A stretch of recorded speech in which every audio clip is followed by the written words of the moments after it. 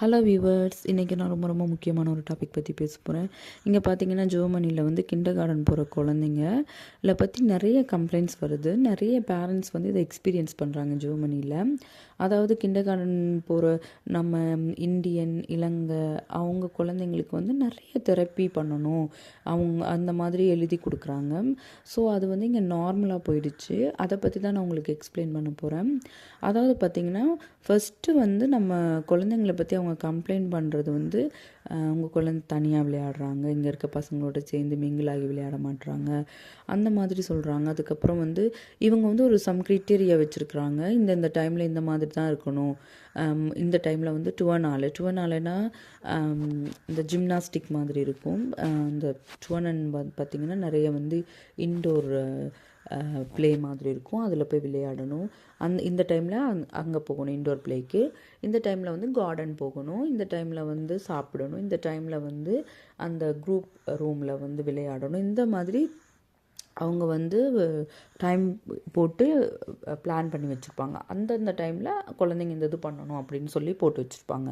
ஆனால் சில குழந்தைங்களுக்கு அது பிடிக்காது. இப்போ நம்ம கம்பல் பண்ணி நீ இந்த டைமில் இது தான் செஞ்சாகணும், இந்த டைமில் நீ சாப்பிடணும், இந்த டைமில் நீ விளையாடணும், அந்த மாதிரி நம்ம ரூல்ஸ் போட்டால் எந்த குழந்தை கேட்கும்? எந்த குழந்தையுமே கேட்காது. அப்படி கேட்காம இருந்தோன்னே இவங்க அப்நார்மல் அந்த கிட்டு அப்படின்னு சொல்லிடுறாங்க. ஆனால் இங்கே பார்த்திங்கன்னா அவங்களோட ஜெர்மன்ஸ் கிட்ஸ் வந்து பார்த்திங்கன்னா சொல்கிறது அப்படியே கேட்பாங்க. எனக்கே ஆச்சரியமாக இருக்கும், என்னடா இவங்க சொல்கிறது அப்படியே கேட்குறாங்க, இந்த ஒரு சுட்டித்தனமும் பண்ணாமல் அப்படின்னு. ஆக்சுவலி அதுதான் நம்மளுக்கு அப்நார்மல், ஆனால் அவங்களுக்கு அது நார்மல். நம்ம கிட்ஸ் பண்ணுறதெல்லாம் இவங்களுக்கு அப்நார்மல் அப்படின்னு சொல்லிட்டு உடனே தெரப்பி, உங்கள் குழந்தைக்கு தெரப்பி வேணும், உங்கள் குழந்தைங்க வந்து மற்ற பசங்களோட சேர்ந்து விளையாட மாட்டுறாங்க, உங்கள் குழந்தைக்கு தெரப்பி வேணும் அப்படின்னு சொல்லி எழுதி கொடுத்துட்றாங்க. ஸோ என்னையை பொறுத்த வரைக்கும் தெரப்பின்றது ரொம்ப நல்ல விஷயம்தான். அந்த தெரப்பி பண்ணுறதுனால நம்ம குழந்தைக்கு ஃப்யூச்சரில் எந்த பிரச்சனையுமே வராது. அது கிண்டர் கார்டன்லேயே போயிடும். தெரப்பினா என்ன மாதிரி தெரப்பி கொடுப்பாங்க அப்படின்றத நான் இன்னொரு வீடியோவில் வந்து நான் டீட்டெயிலாக சொல்கிறேன், நீங்கள் கமெண்ட்டில் கேட்டால். அதாவது தெரப்பினா சும்மா இப்போ ஸ்பீச் தெரப்பி கொடுப்பாங்க. அதுக்கப்புறம் பார்த்திங்கன்னா விளையாடுறதுக்கு வந்து 1-on-1 அந்த தெரப்பிஸ்ட் வந்து விளையாட்டு சொல்லி தருவாங்க. இப்போ அவங்களுக்கு ஃபைன் மோட்டாரிக் எப்படி இருக்குது, குரோப் மோட்டாரிக் எப்படி இருக்குது, அந்த மாதிரி அவங்க வந்து நம்மளுக்கு சொல்லி தருவாங்க. அப்போ அது வந்து ஒரு நல்ல விஷயம் தான். ஏன்னா குழந்தைக்கு மோர் அட்டென்ஷன் கிடைக்கும்.